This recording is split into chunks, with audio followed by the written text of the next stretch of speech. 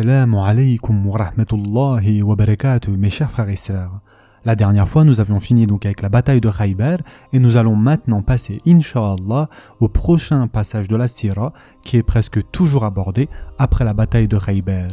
Le passage est consacré aux lettres et aux émissaires que le prophète sallallahu alayhi wa sallam a envoyés aux différents rois. Nous devons garder à l'esprit que ces lettres n'ont pas toutes été envoyées au même moment, d'accord ? Différentes lettres ont été envoyées. Certains savants ont recensé plus de 25 lettres envoyées par le prophète sallallahu alayhi wa sallam. Le problème est que, de toute évidence, chaque lettre ne mérite pas un cours d'une heure ou un épisode d'une heure, mes chers frères et sœurs. Les premiers savants de la Sira ont donc généralement dédié un chapitre, environ à ce moment-là, donc juste après la bataille de Khaybar, à toutes ces lettres en question. Nous devons prendre conscience que des lettres ont été écrites à des périodes différentes, qu'elles ont été envoyées donc à des personnes différentes, et donc nous allons voir, Inch'Allah, les leçons à tirer de ces lettres-là. Et donc l'envoi de ces lettres ont commencé, c'était juste après la bataille de Hudaybiyah, et cela a continué jusqu'à la mort du prophète sallallahu alayhi wa sallam. Nous procéderons donc nous aussi de cette façon-là et nous allons parler des principales lettres et des bienfaits qui découlent de ces lettres-là. La première de ces lettres, à laquelle nous avons déjà fait référence, est la lettre destinée à qui ? Au Négus. Le prophète, sallallahu alayhi wa sallam, lui a envoyé une lettre à cette période environ. Il ne faut pas confondre donc avec le dialogue de Ja'far radiyallahu an. Le dialogue de Ja'far radiyallahu an a eu lieu plus de 10 ans avant cela. Le dialogue de Ja'far radiyallahu an a eu lieu donc 10 ans avant ces événements. Et même plus de 10 ans avant cela, 13 années sont probablement passées depuis que Ja'far radiyallahu an a émigré en Abyssinie. Maintenant, Ja'far radiyallahu an est revenu à la bataille de Khaybar. La lettre est donc peut-être arrivée lorsque Ja'far radiyallahu an et le groupe avaient déjà quitté l'Abyssinie.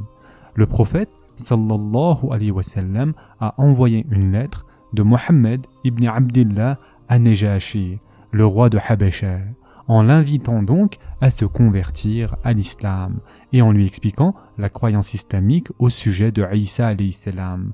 Et il lui a dit « Je reconnais Isa comme le messager d'Allah, comme son esprit, comme l'enfant pur qui a été donné à Maryam. » Il résume donc les enseignements islamiques sur Isa alayhi salam, puis il lui dit « Accepte l'islam et tu trouveras le salut. » Il conclut cette lettre avec le verset d'Ali Imran « Ô gens du livre, venez à une parole commune entre nous et vous. » C'est-à-dire que nous n'adorions qu'Allah sans rien lui associer. Et mes chers frères et sœurs en islam, ce fut clairement sa lettre la plus fructueuse, car comme nous le savons, le Négus a accepté l'islam. Demeure tout de même une confusion. Quand est-ce que le Négus a-t-il accepté l'islam ? Allahu a'lam, mais beaucoup de personnes supposent qu'il a accepté l'islam lorsque Ja'far radiyallahu an lui a fait la da'wa, c'est-à-dire lorsqu'il l'a invité à l'islam. Mais le fait est que s'il avait embrassé l'islam à ce moment-là, pourquoi le prophète sallallahu alayhi wa sallam lui enverrait-il une lettre maintenant après Hudaybiyah ? Il semble donc que le Négus ait été sensible à l'islam, mais qu'il ne l'avait pas réellement embrassé, d'accord ? D'ailleurs, nous remarquons quelque chose de très intéressant dans la lettre destinée au Négus, contrairement à la lettre envoyée à Kisra ou encore celle envoyée au César et à l'empereur sassanide, la lettre au Négus ne contient aucune menace à la fin disant « Si vous n'acceptez pas, tous les péchés de votre peuple retomberont sur vous. » Tandis que dans les lettres destinées donc à l'empereur de Rome et au roi de Perse, les deux dirigeants ont reçu cet avertissement à la fin de la lettre. Si vous n'acceptez pas, alors vous porterez le poids de votre peuple le jour du jugement. Le Négus a semble-t-il échappé à cette clause. Pourquoi ?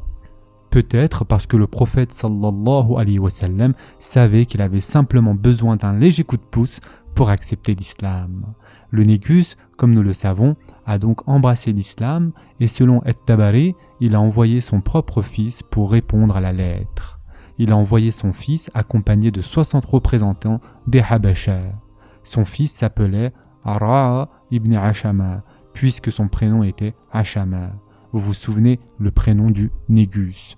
Négus était juste un titre. Le Négus est un titre. Son nom était Ashama ou Ashuma, et c'est son fils donc Ara.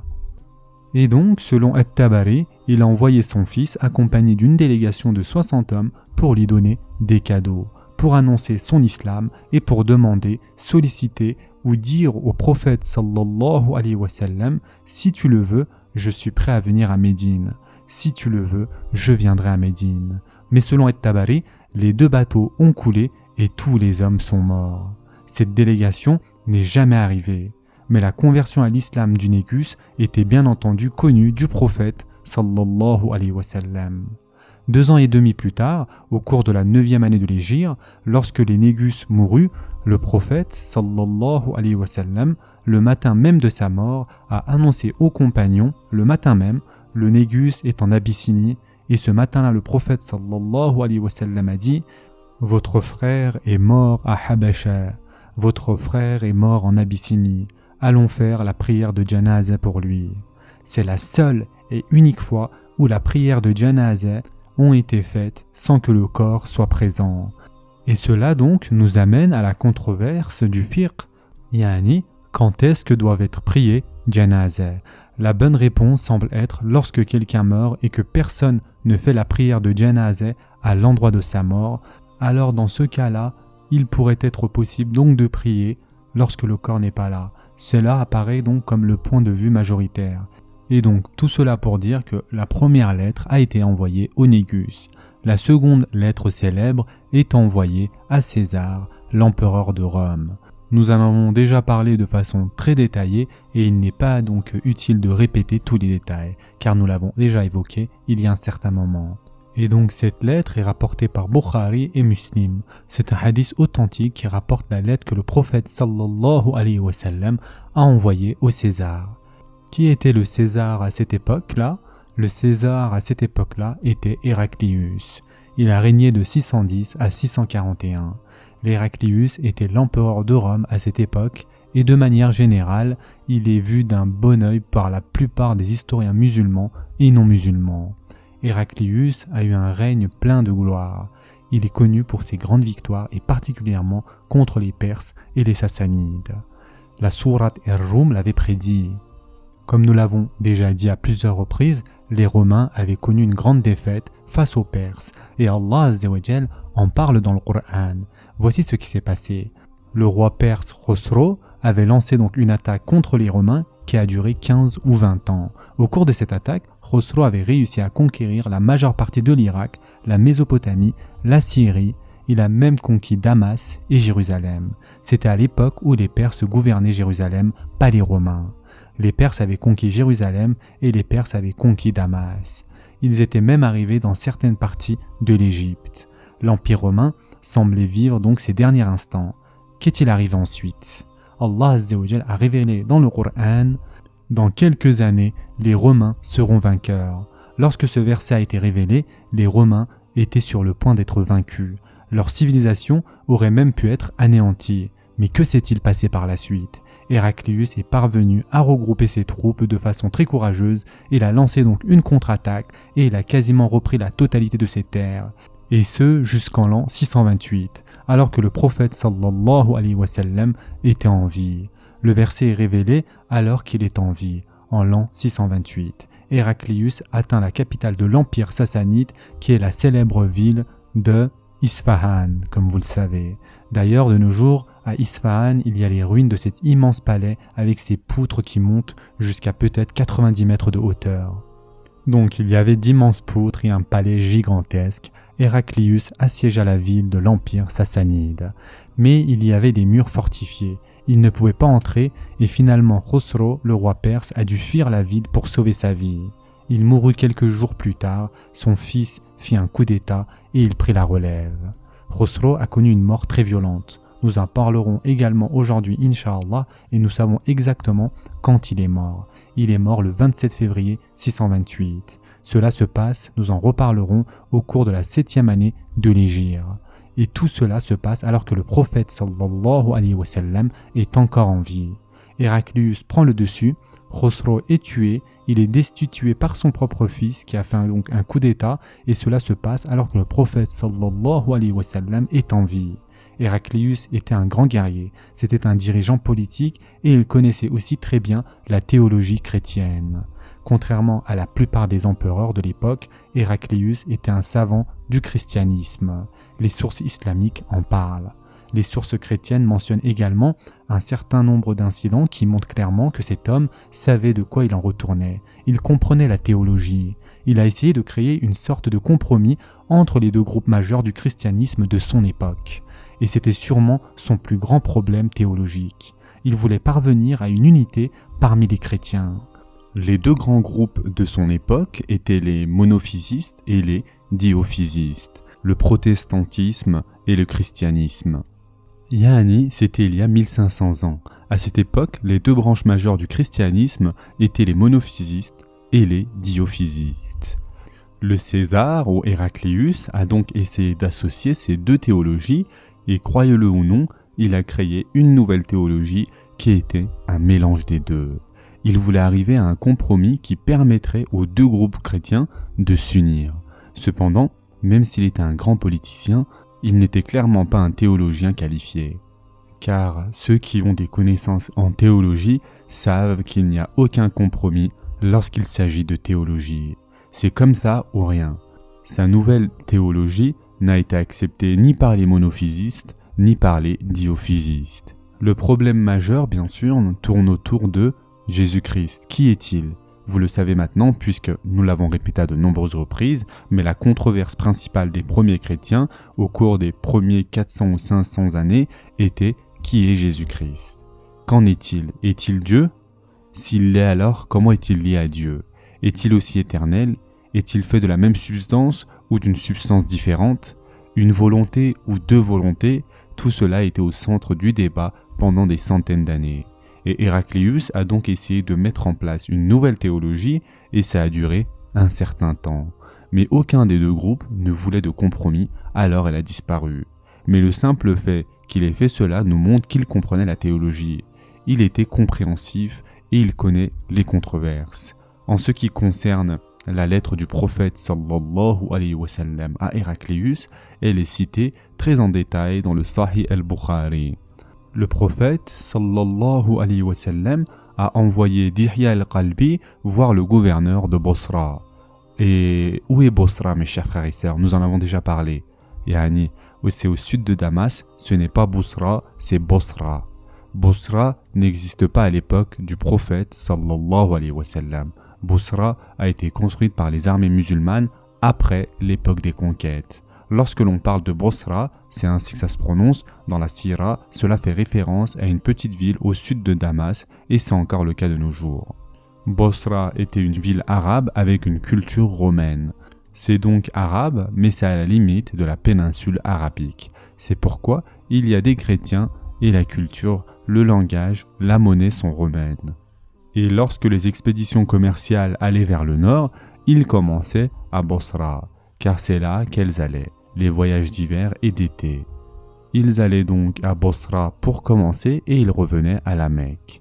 Le prophète, sallallahu alayhi wa sallam, a donc envoyé une lettre au chef ou au gouverneur de Bosra afin qu'il l'envoie au César.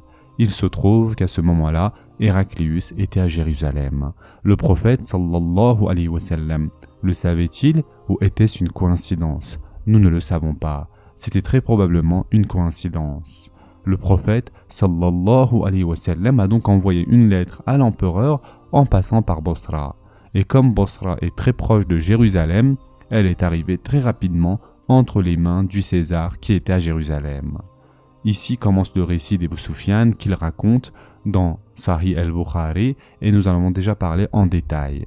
Qu'est-ce qu'il y a dans ce récit, mes chers frères et sœurs ? Nous allons revenir rapidement dessus car nous l'avons déjà vu en détail il y a bien longtemps.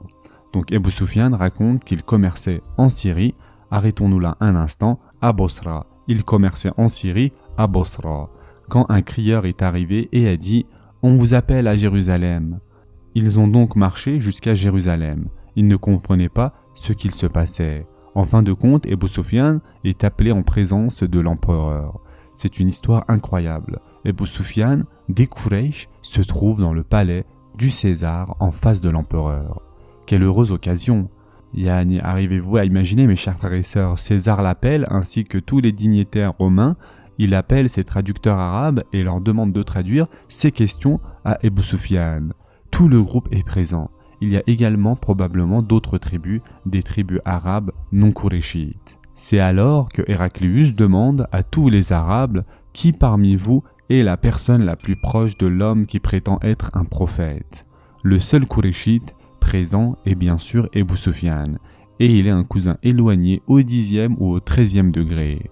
Abu Sufyan est un Benu Umayya, et le prophète sallallahu alayhi wa sallam est un Benu Hashim. Si on remonte donc 3 générations, ils ont le même ancêtre. Abu Sufyan dit donc « c'est moi ». C'est incroyable, cela nous montre qu'Héraclius est sage. Il sait que tous ces gens sont des ennemis. Il sait qu'ils n'aiment pas le prophète, sallallahu alayhi wa sallam, que ce sont encore des païens. Comment soutirez-vous donc des informations à un ennemi en étant sûr que ce soit correct?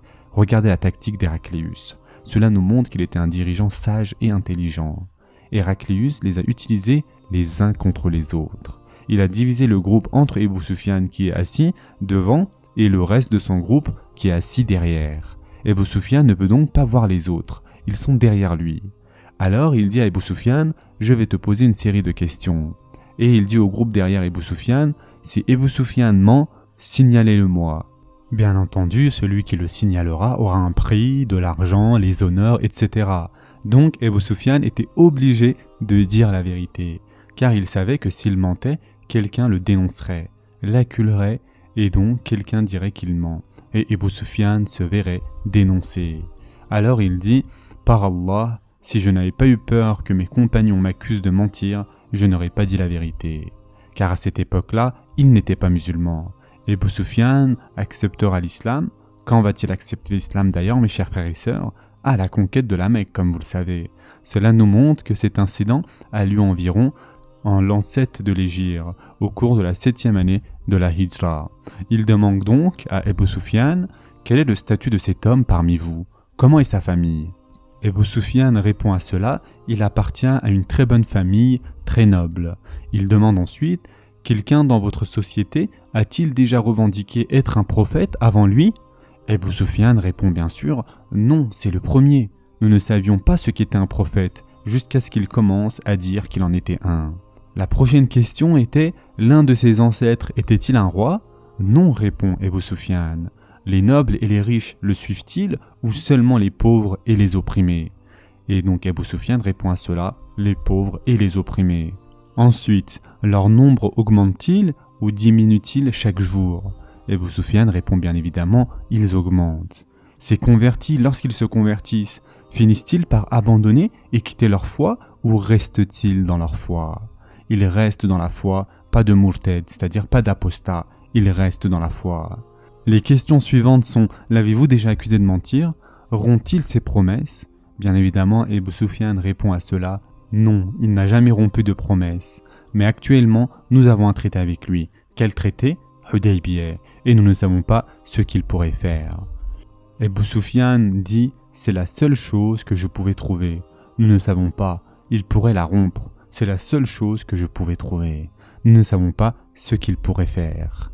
La question suivante était, vous êtes-vous déjà affronté? Et donc Abu Sufyan dit à cela, oui, parfois il a gagné, parfois nous avons gagné. Badr, Uhud, Ahzab, parfois il a gagné et parfois nous avons gagné. Que vous ordonne-t-il de faire? Demanda Héraclius. Abu Sufyan répond, il nous ordonne d'adorer Allah et rien d'autre qu'Allah, ne rien adorer qu'il ne soit interdit d'adorer. Il nous a également ordonné de prier, de dire la vérité, d'être chaste et d'avoir de bonnes relations avec notre famille. Héraclius a ensuite expliqué toutes ces questions et il dit, je t'ai posé une question au sujet de sa famille et tu m'as répondu qu'il appartenait à une famille très noble. En fait, tous les prophètes de Dieu viennent de familles nobles. Je t'ai demandé si quelqu'un d'autre avait déjà prétendu être un prophète auparavant, tu as répondu que non. Si la réponse avait été oui, j'aurais pensé que c'était simplement une mode, une manie que les gens ont inventée. Et donc, de ce fait, qu'il n'était pas une autre personne de plus qui pense être un prophète. mais tu me dis que personne avant lui n'a prétendu être un prophète dans votre société. Je te demandais si ses ancêtres étaient des rois et tu m'as répondu non. Si ses ancêtres avaient été des rois, j'aurais pensé que c'était une technique ou une tactique pour reprendre son royaume. Héraclius dit donc, mes chers frères et sœurs, soyez attentifs, s'il y avait eu donc de la politique dans son sang, j'aurais pensé que c'était simplement une tactique pour regrouper des gens derrière lui et récupérer son royaume. Mais tu m'as dit qu'il n'avait pas de roi parmi ses ancêtres. Je t'ai demandé s'il avait été déjà accusé de mentir auparavant au sujet de l'or ou de l'argent, tu as répondu non. Alors je me demande comment une personne qui n'a jamais menti pour de l'or ou de l'argent pourrait mentir au sujet de Dieu. C'est incroyable mes chers frères et sœurs, subhanallah. Héraclius, le kafir, donne à Ebu Sufyan, le mushrik, une da'wa. Il dit, tu me dis que c'est un homme honnête, qui n'a jamais menti, triché ou trahi la confiance, il ne t'a pas menti pour de l'or ou pour de l'argent, et tu penses qu'il pourrait dire le plus grand mensonge, celui qui concerne Dieu, cela n'a aucun sens. Héraclius lui dit, je t'ai demandé qui le suivait, les riches ou les pauvres, et tu m'as répondu les pauvres. C'est la même chose pour tous les prophètes de Dieu. Les pauvres acceptent leur message avant les riches. Arrêtons-nous un instant ici, mes chers frères et sœurs. Dans tout ce qui attire les personnes riches, toutes les méthodologies ou autres ologies, si vous voulez, sans vouloir citer de nom, qui attirent les élites et les riches, il y a quelque chose de mal. La vérité est toujours acceptée par ceux qui n'ont rien. Les riches et les plus puissants ont plus à perdre avec la vérité. C'est pourquoi, même sur cette terre, quel groupe rassemble le plus grand nombre de convertis? Ce ne sont pas les riches et les plus puissants, ce sont ceux qui sont d'un niveau socio-économique plus bas qui se convertissent le plus. C'est la réalité des choses, n'est-ce pas? Il suffit simplement de regarder en France par exemple la situation actuelle. Qui sont ceux qui sont reconvertissent à l'islam? Et donc continuons. Héraclius dit, je t'ai demandé si le nombre de personnes qui le suivent augmente ou baisse et tu m'as dit qu'ils augmentaient. Cela est un signe de vérité. La vérité rassemble toujours plus de personnes. Je t'ai demandé si quelqu'un avait quitté sa religion et tu as répondu jamais. En fait, lorsque la foi entre dans votre cœur, elle ne peut plus jamais la quitter. Et ceci est un signe d'iman. C'est le signe d'une vraie religion que lorsque l'iman entre dans le cœur, elle ne ressort jamais par la suite. Je t'ai demandé s'il t'avait déjà trahi et tu m'as dit non. Les prophètes d'Allah ne trahissent jamais et ne rompent jamais de promesses. Je t'ai demandé ce qu'il vous avait ordonné de faire, tu m'as répondu qu'il vous avait ordonné d'adorer Allah et rien d'autre qu'Allah. Ce sont les signes d'un prophète. Puis Héraclius dit, si ce que tu as dit est juste, alors il occupera très prochainement cet espace qu'il y a sous mes pieds. Nous savions grâce à nos textes sacrés que Dieu nous enverrait quelqu'un, mais nous ne nous attendions pas qu'il soit de votre race. Yani, vous voyez, il ne s'attendait pas à ce que les Arabes représentent à nouveau la religion d'Ibrahim. Il l'attendait de la part des Juifs. Il ne s'attendait pas à ce que l'élu, celui qui avait été prédit, vienne des Arabes. Puis il dit, si je pouvais l'atteindre, j'irais vers lui et je laverais ses pieds. Puis Héraclius a demandé à ce que la lettre soit lue. Une fois qu'il avait compris donc le contexte, encore une fois, vous remarquerez la sagesse et la perspicacité, il ne s'est pas précipité pour ouvrir la lettre. Il reçoit cette lettre de la part de quelqu'un qui prétend être un prophète. Il pose donc ces questions à Ebu Sufyan pour comprendre le contexte et c'est seulement maintenant qu'il ouvre la lettre. Bien sûr, la lettre disait « Bismillahirrahmanirrahim » de la part de Mohammed ibn Abdullah al-Rasulihi. À Héraclius, l'empereur de Rome, accepte l'islam et tu trouveras le salut. Et donc, de ce fait, reconnaissez Allah Azza wa Jal, acceptez l'islam et Allah vous donnera une double récompense. Cependant, si vous rejetez l'islam, alors vous commettrez un péché et le péché de votre peuple sera sur vous. En d'autres termes, si toi, ô empereur, tu refuses la vérité, yani tu refuses d'accepter la vérité, alors tu porteras la responsabilité des gens ordinaires. D'accord? Puis il a récité le même verset de la sourate El Imran, ô gens du livre, venez à une parole commune entre nous et vous. Le même verset, le verset 64 de la sourate El Imran. Quand Héraclius finit de lire la lettre, c'est Ebu Sufyan qui raconte cela. Et donc Ebu Sufyan dit, il y a eu un grand cri dans la cour royale et on nous a demandé donc de quitter ce rassemblement. J'ai dit à mes compagnons, pendant que nous sortions, que le cas de Ibn Abi Rabsha, Ibn Abi Qabsha est un terme péjoratif pour qualifier le prophète sallallahu alayhi wa sallam. Car à ce moment-là, Abu Sufyan n'était pas encore un musulman, d'accord? Et Ibn Abi Qabsha est un terme très péjoratif, d'accord? C'est quelque chose que l'on dit d'une manière dégradante. C'est un très mauvais surnom. Le cas d'Ibn Abi Qabsha est devenu si important que le dirigeant des Benu al-Asfar, c'est-à-dire des Romains, a maintenant peur de lui. Le cas du prophète sallallahu alayhi wa sallam est devenu si important que le dirigeant, l'empereur, a maintenant peur de lui. Puis Abu Sufyan dit « C'est la première fois que j'ai réalisé dans mon cœur que l'islam finirait par triompher. Et c'est la première fois que l'islam est entré dans mon cœur. » Après 20 ans d'opposition, mes chers frères et sœurs, maintenant, dans le palais de César, Abu Sufyan radiallahu anhu dit « Je réalise que c'est indépendant de ma volonté. » Abu Sufyan radiallahu anhu s'est donc converti avec réticence. Il s'est converti avec réticence à la toute fin, c'est-à-dire à la conquête de la Mecque. Et il est évident qu'en disant cela, nous ne voulons pas lui manquer de respect, etc. Bien sûr, comme le dit Allah Azza wa Jal, ceux qui se sont convertis après la conquête ne sont pas comme ceux qui se convertissent avant. Et Abu Sufyan radiallahu anhu fait partie de ceux qui se sont convertis à la toute fin.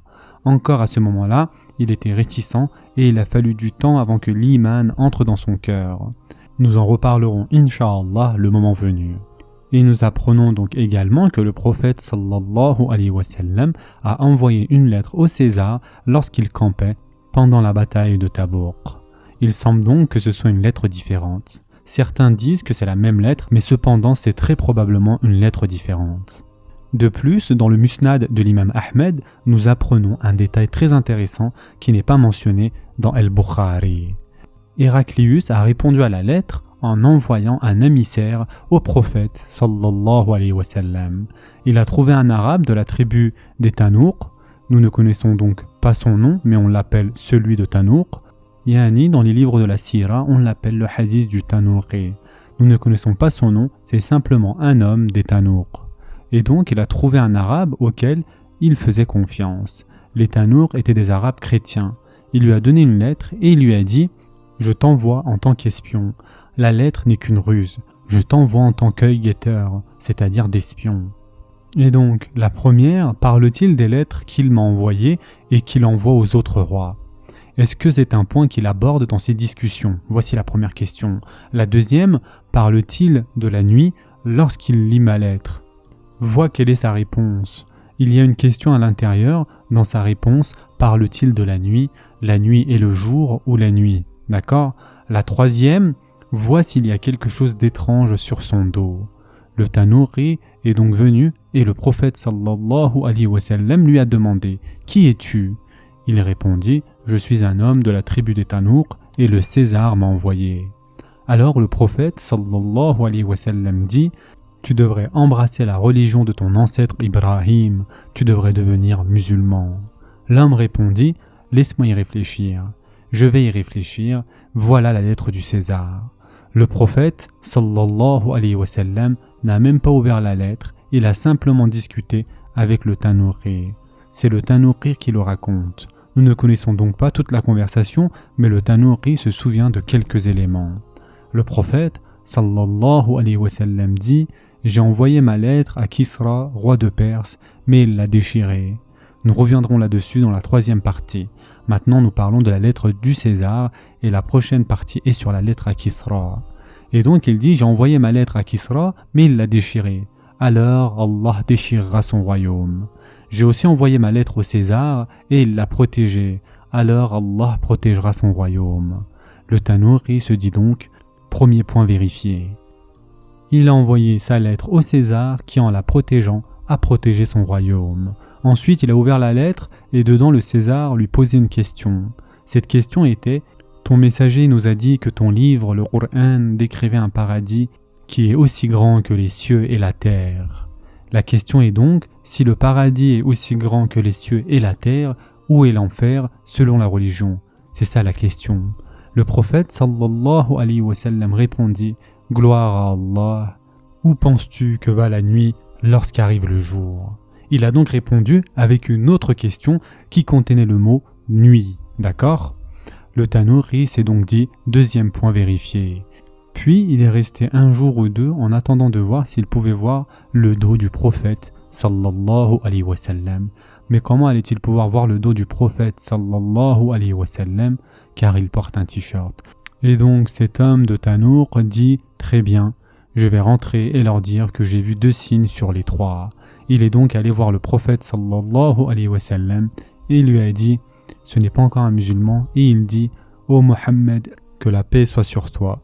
Je vais retourner chez le César. Je pars, je rentre chez lui. » Le prophète sallallahu alayhi wa sallam a donc répondu « Attends. » Il s'est tourné, a baissé son t-shirt et il lui a dit « Va dire à ton César ce que tu as vu. » Il lui a donc montré le 3e signe qui est le sceau de la prophétie. L'homme est donc rentré après avoir fait ces 3 vérifications. De toute évidence, selon notre tradition, bien sûr, et je n'ai pas besoin de vous le dire, dans la tradition occidentale, ces détails ne sont pas mentionnés. Cela vient de notre tradition. Dans la tradition occidentale, c'est assez incroyable que les règnes des Césars, d'Héraclius et tous ces incidents correspondant parfaitement, mais elle ne mentionne aucune de ces lettres et encore moins les détails théologiques.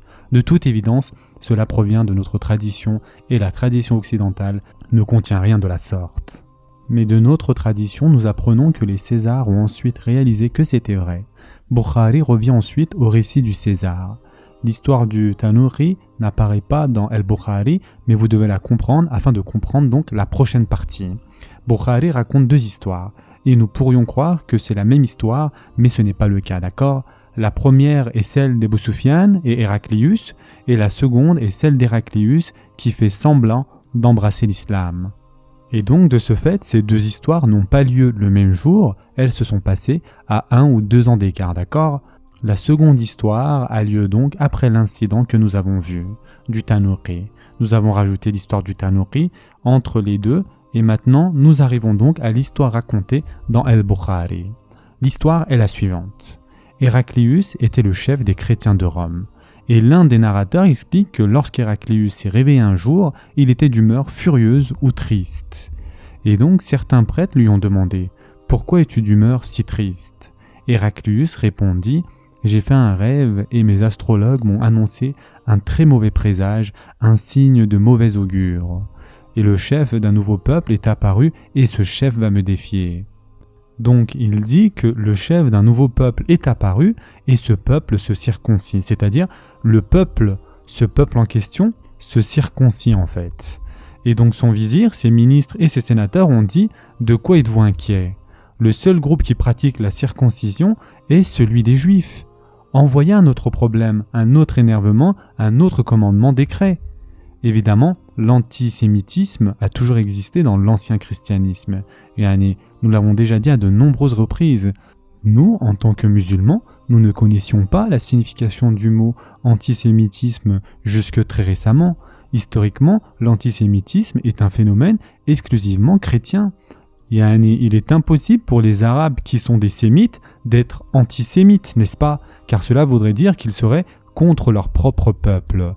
Néanmoins, le fait est que cette question d'énerver les Juifs, de leur imposer plus de contraintes, a toujours été une thématique du christianisme médiéval, d'accord? Ses vizirs et ses ministres lui ont donc dit, et pour être plus précis, on ne parle pas de vizir, parce que vizir c'est un mot musulman, mais plutôt ses ministres, pourquoi n'imposes-tu pas une nouvelle règle aux Juifs afin de les bloquer? Avant l'arrivée de cette règle, avant que le César donc ne puisse mettre en place une telle règle, Dihya el-Qalbi est arrivé dans sa cour avec un message du prophète sallallahu alayhi wa sallam. Alors Héraclius dit « Allez vérifier si Dihya est circoncis ». Les Arabes en général n'étaient pas circoncis. C'est quelque chose qui a vu le jour avec l'islam. En général, les Arabes n'étaient pas circoncis, d'accord? Certains l'étaient, certains ne l'étaient pas. Ce n'était pas une coutume répandue parmi tous les Arabes. Et Dihya el-Qalbi a donc été examiné par les gardes du César. Et il était circoncis. C'est cela qui a préoccupé donc Héraclius. Il s'est dit que quelque chose se tramait.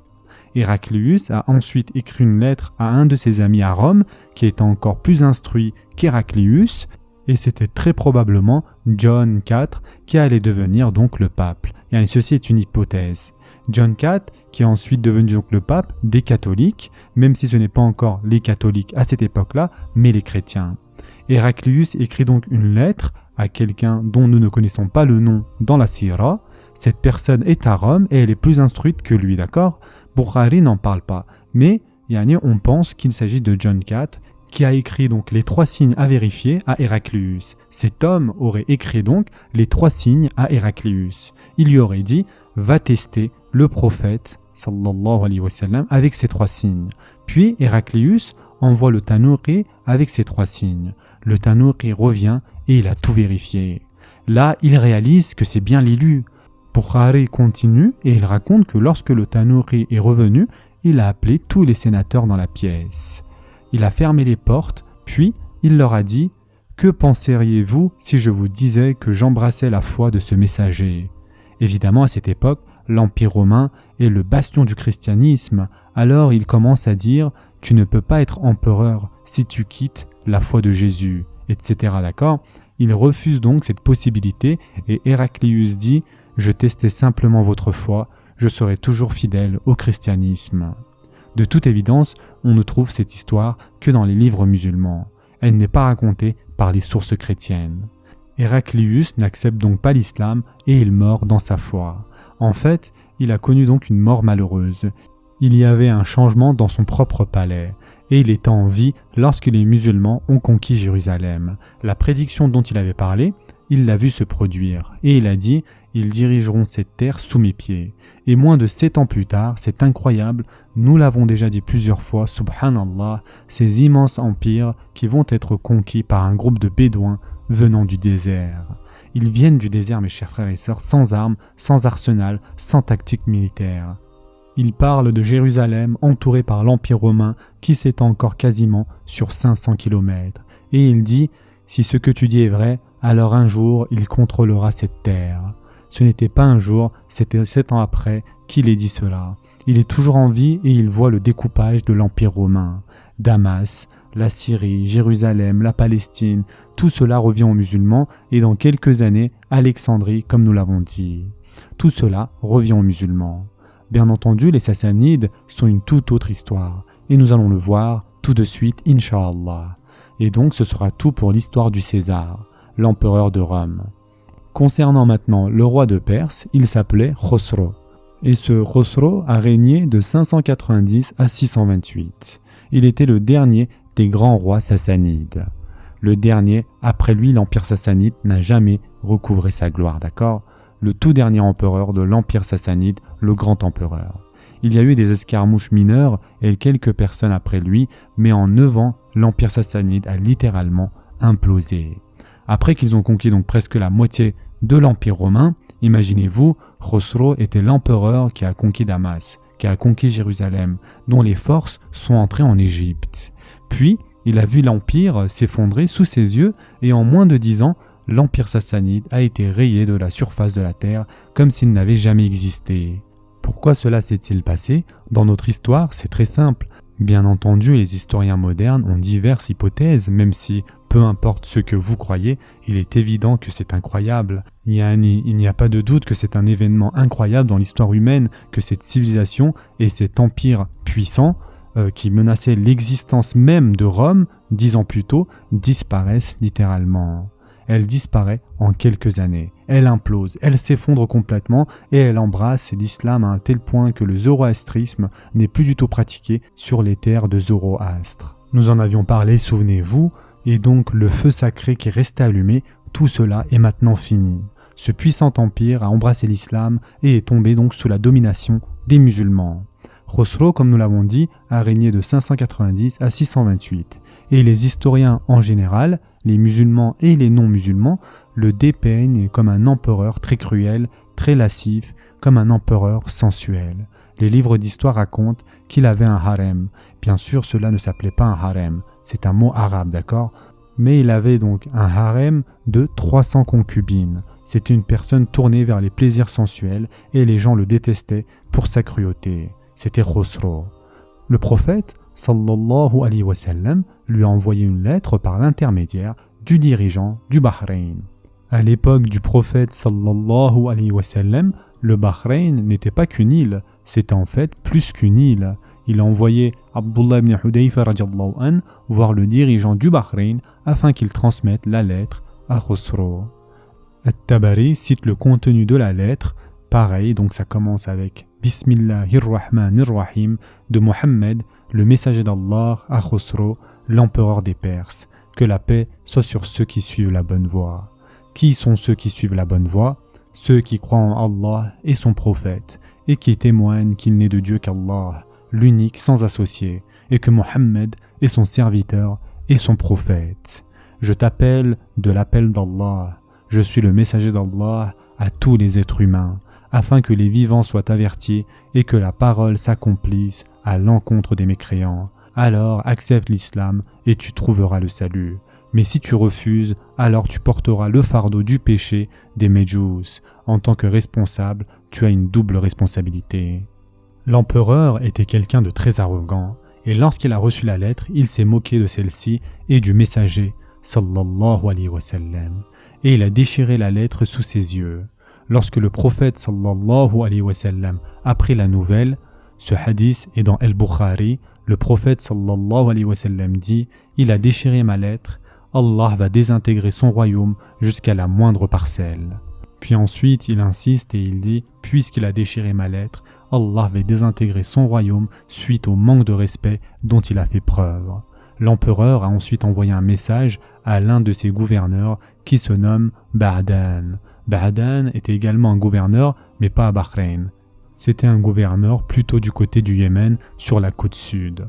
Il faisait plus confiance à Ba'dan qu'au gouverneur du Bahreïn. Alors il lui a envoyé une lettre et il lui a dit « Envoie des espions à Médine et trouve plus d'informations sur cet homme.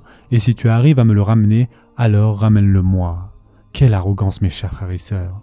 2 personnes vont y aller et ramener le prophète sallallahu alayhi wa sallam alors que les Quraysh n'y sont pas arrivés. Vous pouvez voir son arrogance ici mes chers frères et sœurs. Mais le plus important c'est que Ba'dan a choisi donc 2 émissaires de confiance et il les a envoyés à Médine. Ces 2 émissaires sont donc allés à Médine avec une lettre qui n'était qu'une ruse. Elle ne contenait rien d'important. Le but était de collecter des informations sur le prophète sallallahu alayhi wa sallam et sur l'islam. Lorsqu'ils sont arrivés à Médine, ils étaient terrifiés car ils savaient qu'ils étaient des espions et que s'ils se faisaient attraper, ils auraient des problèmes bien sûr. Ils étaient terrifiés et le prophète sallallahu alayhi wa sallam a dit « Attendez et revenez me voir demain. » Yani, le prophète sallallahu alayhi wa sallam a dit « Je ne veux pas voir cette lettre maintenant, revenez me voir demain. » Le jour suivant, les 2 émissaires sont arrivés, ils ont de nouveau emmené la lettre et le prophète sallallahu alayhi wa sallam ne l'a même pas ouverte. Il dit « Retournez voir votre maître. » Votre maître, Seigneur étant Ba'dan. Nous, en islam, nous ne sommes pas autorisés à appeler quelqu'un Seigneur, mais ils appellent leur empereur Seigneur. Alors il dit « Retournez voir votre Seigneur et dites-lui que mon Seigneur a tué son Seigneur. Son Seigneur étant Khosrow. Son Seigneur est Khosrow, d'accord? Le Seigneur à Ba'dan. Retournez voir votre Seigneur, c'est un jeu de mots. Retournez voir votre Seigneur, leur Seigneur est Ba'dan. Et allez dire à Ba'dan, votre maître, que mon Seigneur a tué son Seigneur, c'est-à-dire Khosrow, et que son fils a pris la relève. » Les 2 émissaires étaient complètement sous le choc.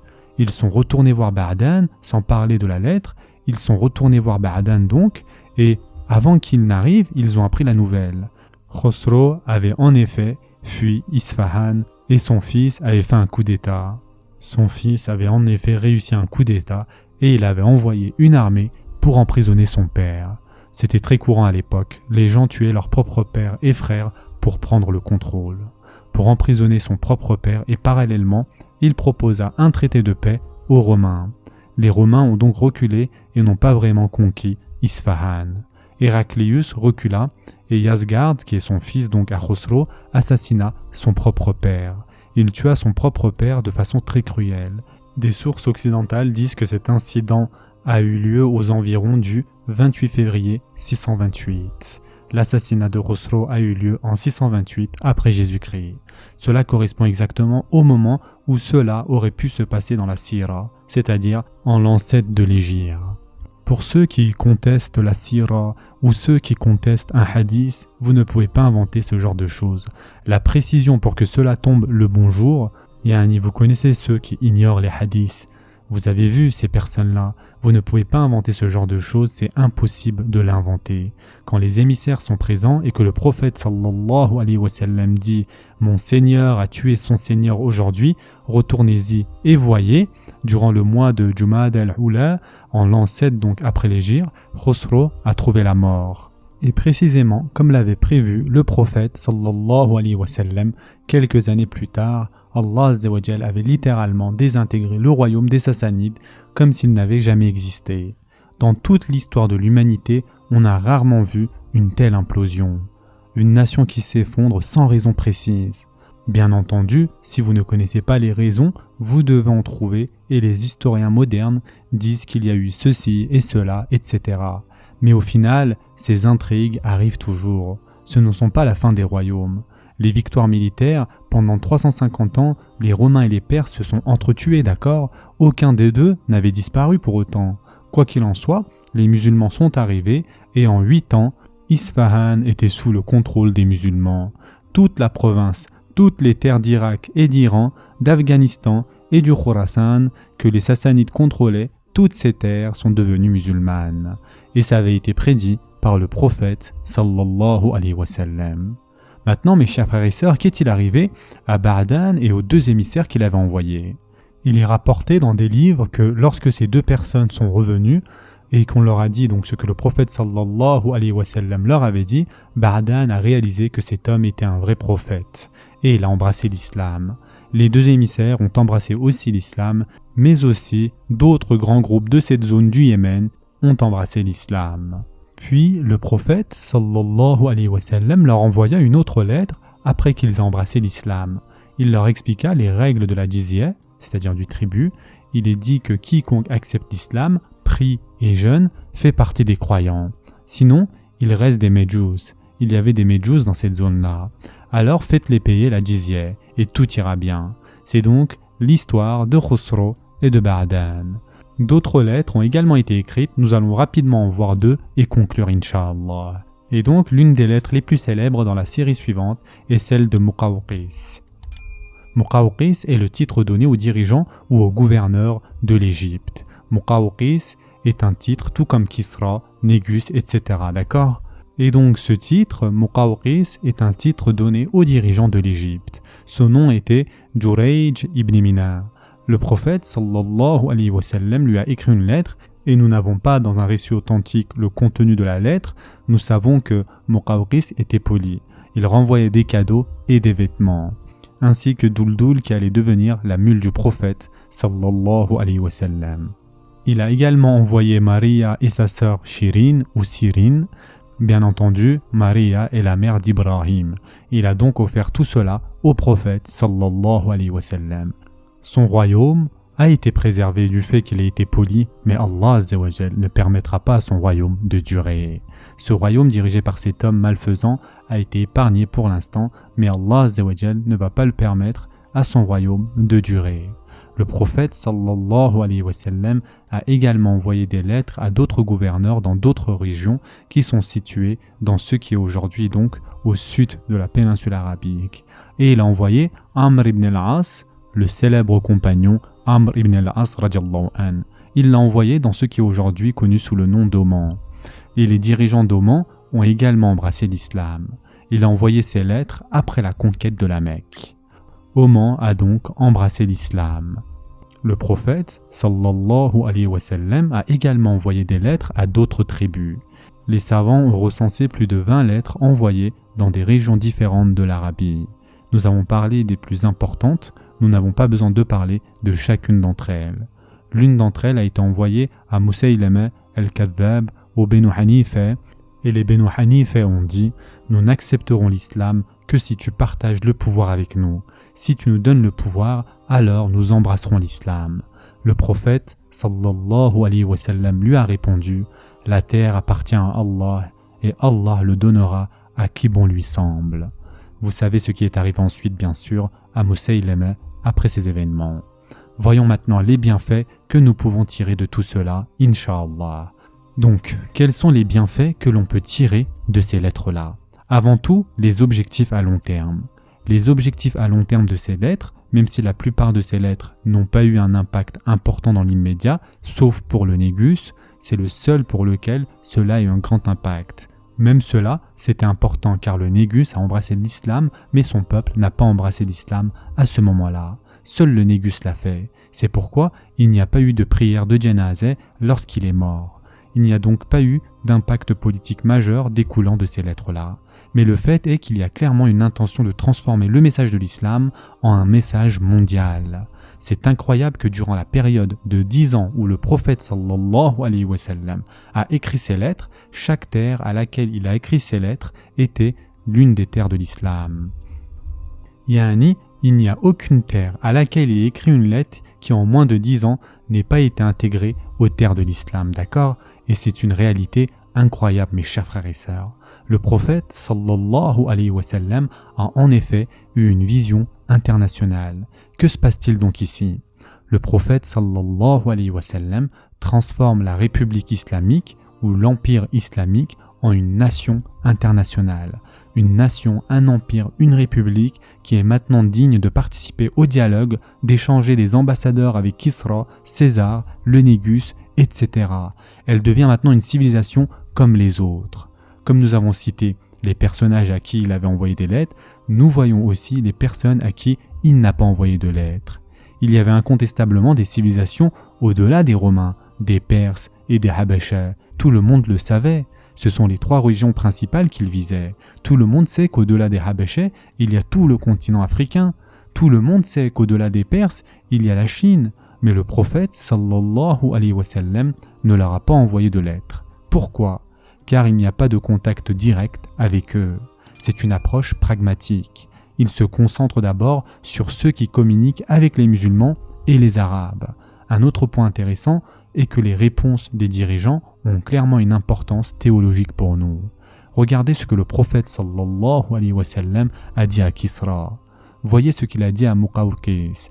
Puisqu'il a été poli avec moi, Allah préservera son royaume. Puisqu'il a préservé ma lettre, Allah préservera son royaume. Et voyez ce que le César a dit au Tanouri, parle-t-il des lettres des rois auxquels il écrit? Il y a donc clairement quelque chose de théologique qui appartient à nos traditions à ce sujet. Il est également intéressant de regarder les lettres en elles-mêmes. Chaque lettre ne contient qu'un seul paragraphe. Elles sont très courtes, très succinctes, elles vont à l'essentiel. Ce n'est pas un exposé approfondi sur la théologie. Chaque lettre commence par Bismillahirrahmanirrahim. C'est donc une sunna que nous devons suivre dans toutes les lettres officielles que nous écrivons. Chaque lettre commence par de la part d'un tel pour un tel, n'est-ce pas? Cela fait partie du protocole qui est maintenant une norme et le prophète sallallahu alayhi wa sallam l'utilise. Et donc le prophète sallallahu alayhi wa sallam précise qui il est et à qui il écrit. Chaque lettre explique le message de l'islam en 5 phrases, parfois même 4. C'est simple, il va à l'essentiel. L'islam n'a qu'un seul Dieu, adorez-le, c'est très simple, et donc, comme nous l'avons vu, il va à l'essentiel. Remarquez également que chaque lettre est adressée à celui pour lequel elle est écrite. Les lettres qu'il écrit au Négus et au César contiennent le verset d'Eli Imran. Mais la lettre qu'il a écrite à Kisra ne contient aucun verset, car Kisra ne fait pas partie des gens du livre, c'est-à-dire Ahl al-Kitab. Et le verset d'Eli Imran parle des gens du livre. Dans le cas du Négus, il lui explique ce qu'il croit au sujet de Jésus-Christ, c'est-à-dire de Isa alayhi salam. Il explique la théologie chrétienne au Négus et ensuite il dit voici ce en quoi nous croyons. C'est également un point intéressant, un point qui est également très important pour nous lorsque le prophète sallallahu alayhi wa sallam a écrit sa première lettre au César, on lui a dit l'empereur n'accepte pas de lettres d'autres dirigeants à moins que le dirigeant lui-même ne la tamponne et ne la scelle avec de la cire. Vous devez donc sceller la lettre avec de la cire et votre tampon pour que l'autre dirigeant l'ouvre afin d'être sûr que personne ne l'a lu entre-temps. On a donc dit au prophète sallallahu alayhi wa sallam, ceci est la diplomatie internationale, ce sont les normes, les règles lorsque l'on écrit des lettres à l'international. Qu'a-t-il fait donc? Nous savons tous ce qu'il a fait. Il s'est fabriqué une bague, il a ordonné que de la cire soit versée et de ce fait, il a scellé la cire sur la lettre en tamponnant avec sa bague. C'est une preuve très simple qui démontre qu'il n'y a rien d'interdit à imiter les normes des cultures modernes. Il n'y a rien de mal à voir comment les autres font des affaires et à suivre leurs normes. Et donc de ce fait, sur certains points, nous avons le droit d'être ouverts d'esprit, d'accord? Le protocole, le maniérisme, la communication, la cuisine, les vêtements, c'est ouvert et il n'y a rien de mal là-dedans. Et ici, il y a une nouvelle méthodologie, tu dois le faire ainsi, on lui dit au prophète sallallahu alayhi wa sallam. Et donc, il l'a fait de cette façon-là. Remarquez également qu'il s'adresse aux personnes par leur titre le plus haut. Du prophète Mohammed à l'empereur de Rome, à Kisra, à l'empereur de Perse. Il les appelle par leur titre honorifique et encore une fois, cela fait partie du protocole. Un point du fiqh que nous pouvons déduire ici des lettres au peuple d'Oman, il est dit dans cette lettre, prenez la jizya aux Medjous, d'accord? Et cela nous montre clairement qu'il y a une controverse dans les 4 madahib, c'est-à-dire les écoles juridiques musulmanes. 2 des madahib disent que la jizya ne peut être prise qu'aux gens du livre. Donc, sur une terre islamique parfaite, il n'y aurait que des gens du livre et des musulmans, d'accord? Mais l'école Hanafi et la plupart des Maliki disent que la jizya peut être prise à n'importe qui. De toute évidence, les Hanafi avaient besoin de cette règle car ils gouvernaient en Asie centrale et en Inde. Et il y a beaucoup de personnes en Asie centrale et en Inde qui ne font pas partie des gens du livre. Ils avaient donc vraiment besoin de cette règle, mais les preuves montrent clairement que ce point de vue est majoritaire. Car le prophète sallallahu alayhi wa sallam écrit au peuple d'Oman et les Medjous ne sont pas des gens du livre. Les Medjous ne sont pas des gens du livre. Pourtant, il va leur prendre la jizya. Cela nous montre donc clairement qu'elle peut être prise, d'accord? Que ce soit bien clair. Que dans un état islamique parfait, la jizya peut être prise à tout le monde, que ce soit bien clair. Et donc, on va s'arrêter ici pour aujourd'hui. En attendant, prenez soin de vous mes chers frères et sœurs et à très prochainement, Inch'Allah.